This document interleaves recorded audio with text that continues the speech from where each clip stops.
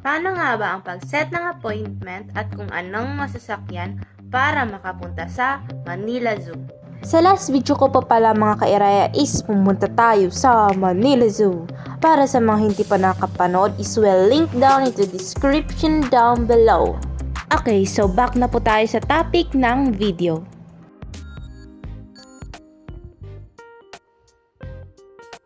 Para po sa pag-set ng appointment, i-enter nyo lang itong link presented in the screen sa browser nyo. After ma-enter ang manilazoo.ph sa browser mo, ay i-lead ka na nito sa website.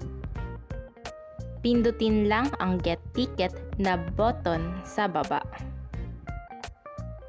After pindutin ang Get Ticket, ay magpa-pop up sa screen ang mga guidelines o rules na mga hindi dapat gawin pag pupunta sa Manila Zoo. I-click lamang ang Continue button.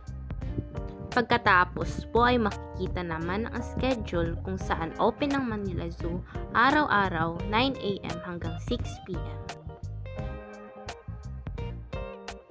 Sa baba naman po is nakalagay kung magkano ang payment para sa mga adult and children, student, PWD or senior citizen, 2 years old and below, Manila LGU employee or Teachers of Manila.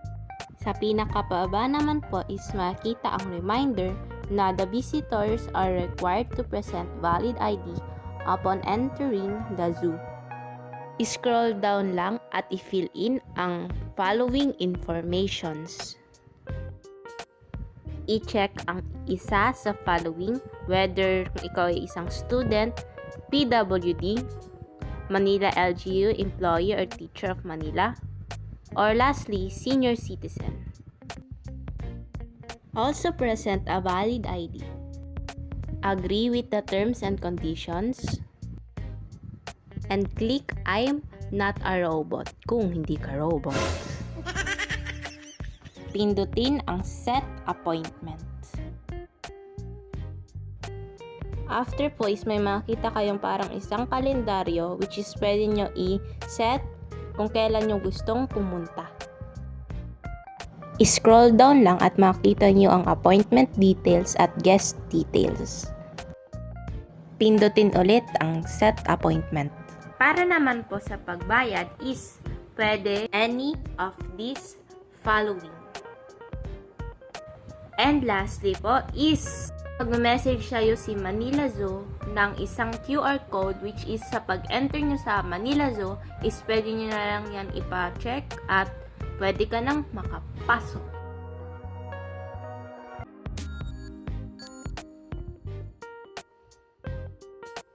Disclaimer po pala, this is based on my own experience. Pero meron pa pong alternative mode of transport. Pumunta sa nearest LRT1 na train. One way is ang pagsakay ng jeep. Pag nakarating na sa LRT1, is sumakay ng train at bumaba na sa may Quirino Station. Which is isa ito sa malapit na train station sa Manila Zoo. Pwede nyo siyang lakarin from Quirino Station to Manila Zoo. Pero yung advice ko po is sumakay na lang po ng tricycle para makasave ng energy sa paglibot sa Manila Zoo. That's all mga kairaya for today's video. Thanks for watching. Make sure to like, share, and subscribe and enjoy your visit sa Manila Zoo.